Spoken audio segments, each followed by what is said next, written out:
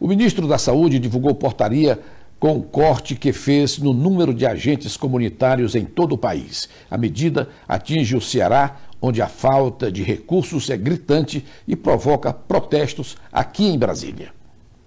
Ultimamente, é um marketing que o ministro faz. O ministro vai no Ceará, anuncia 100 milhões de reais, que está devendo 200.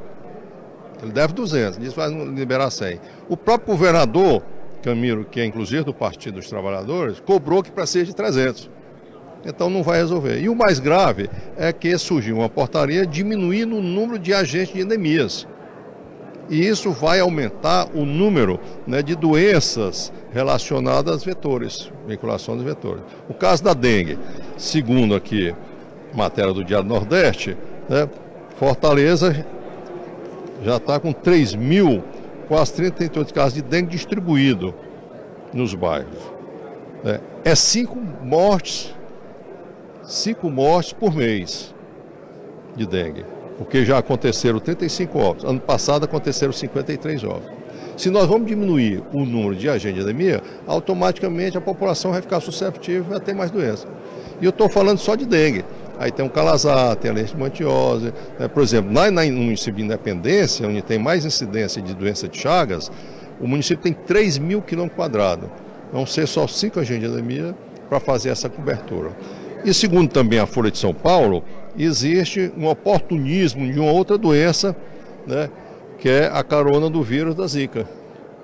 Então, que já está matando e que no Nordeste está aumentando. Já na Bahia foram 50 casos, no Maranhão 14, na Paraíba 6. Com certeza já deve estar aparecendo nos municípios cearenses. Então é na contramão. Vamos ver o que é que o ministro vai justificar, mas a justificativa vai ser, porque nós aprovamos a obrigatoriedade da União garantir o piso salarial dos agentes comunitários de saúde, a obrigatoriedade da União garantir o piso dos agentes de endemia, porque na nossa visão, o fortalecimento das ações dos agentes de saúde, o fortalecimento das ações dos agentes de endemia vai fazer um custo-benefício positivo, vai diminuir o número de internações, vai diminuir o número de pessoas que precisam de medicamento. Por quê? Porque essas duas categorias fazem a área preventiva da saúde. É claro também que o ministro vai querer fazer alguma justificativa que com certeza a comissão não vai aceitar. E, infelizmente, alguns municípios já estão se precipitando em demitir esses servidores, que nós pedimos cautela, até porque há necessidade, sim, de nós revermos essa situação. Então, para nós foi uma surpresa, nós estávamos trabalhando uma realidade vivida no país, né, com tantos casos de dengue. Imaginávamos que o Ministério ia partir da realidade e daí tomar alguns deferimentos a respeito do teto máximo. Mas quando as portarias foram publicadas dia 21, com um anexo, vendo município por município do Brasil, e a gente foi surpreendido com a diminuição do número de agentes de combate às endemias. Para nós foi uma surpresa. Nós estamos trabalhando aqui para reverter essa situação. A gente sabe que é muito difícil, mas é uma categoria unida, mobilizada, tem mostrado isso ao longo desses anos, tem trabalhado dentro dessa casa, tem trabalhado para avançar nas conquistas e nós não vamos aceitar retroceder nesse momento.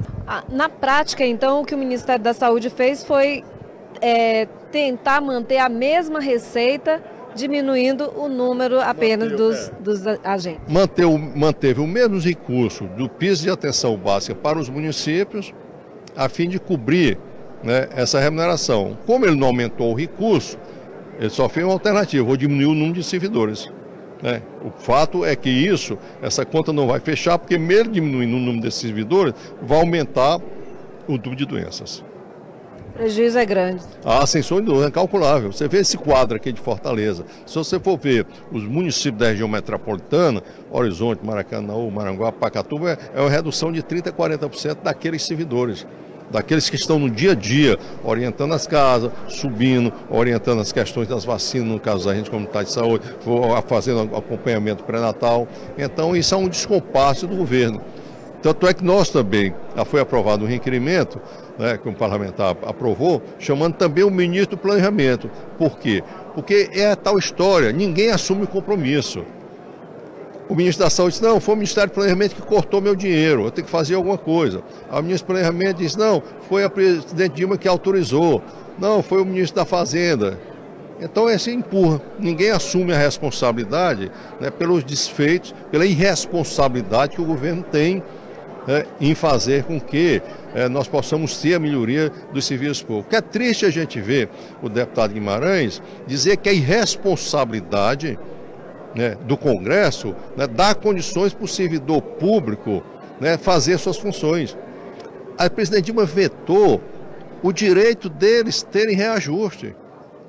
Se eu tenho um piso salarial aprovado de R$ 1.014 e na lei diz que todo mês de janeiro de cada ano o servidor tira um reajuste, como é que o presidente da República, que se diz que é do Partido dos Trabalhadores, veta o servidor não ter, né, o reajuste?